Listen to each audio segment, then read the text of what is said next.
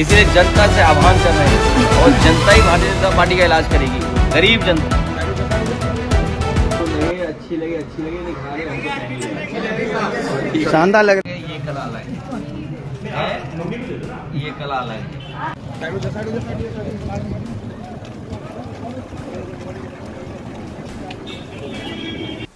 जो कार्यकर्ता हमारा है उसकी छवि अच्छी है खराब ये पता करने की। जिस कार्यकर्ता में भरोसा कर रहे हैं उसकी छवि अगर खराब तो हमें वोट ही नहीं देगा, कौन दे देगा वोट? सही बात। तो इसलिए हमारे कार्यकर्ताओं की भी जिम्मेदारी ये है कि अपने गलत काम छोड़ के आ जाओ। अभी नेता मिला हमने उससे अनुशासन और सम्मान, दो महत्वपूर्ण चीजें हैं बस, और कुछ नहीं है।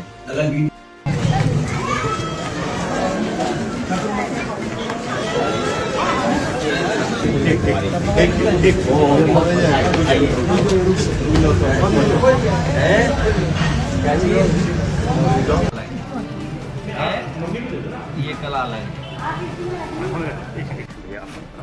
अच्छा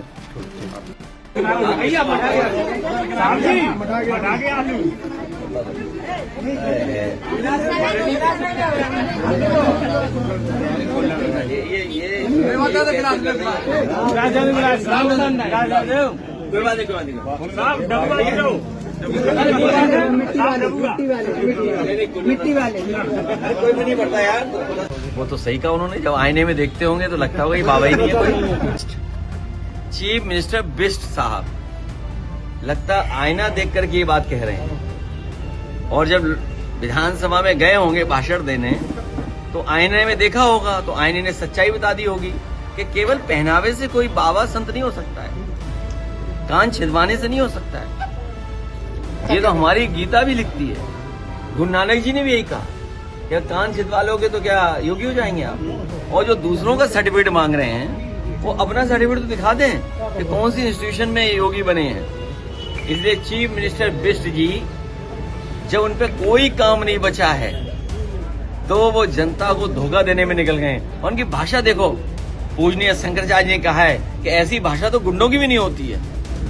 बताओ, पूजनीय शंकराचार्य का अपमान हो गया, हमारे धर्म के सबसे गुरु संत, और हमारे तो परंपरा है जब चाहो तब पहन लिया आपने गेरुआ वस्त्र और साधु बन गए। अपने इटावा में कहीं होंगे ऐसे, इटावा में कहीं होंगे, इधर चले जाओ यमुना और चंबल के किनारे, बताओ तमाम बाबा लोग रह रहे कि नहीं रह रहे। अब उनके भी सर्टिफिकेट मांगोगे सर। इसीलिए जनता से आह्वान कर रहे हैं और जनता ही भारतीय जनता पार्टी का इलाज करेगी, गरीब जनता हराएगी। अमीर बाद में हराएगा, गरीब जनता पहले हराएगी। बहुत दूर नहीं खड़े आप। सबसे ज्यादा लैंड माफिया, जमीन के माफिया यूपी में बीजेपी के लोग हैं। जिलाधिकारी, पुलिस और इलेक्शन कमीशन को शिकायतें की गई हैं। अगर एक भी एसडीएम पर और एक भी डीएम पर अगर इलेक्शन कमीशन कार्रवाई कर देता तो ये जो फॉर्म में भरने में, वोटर लिस्ट में जो हेराफेरी हो रही है वो एक नहीं होती। इससे ही साबित होता है कि सरकार, प्रशासन और इलेक्शन कमीशन तीनों मिले हुए हैं।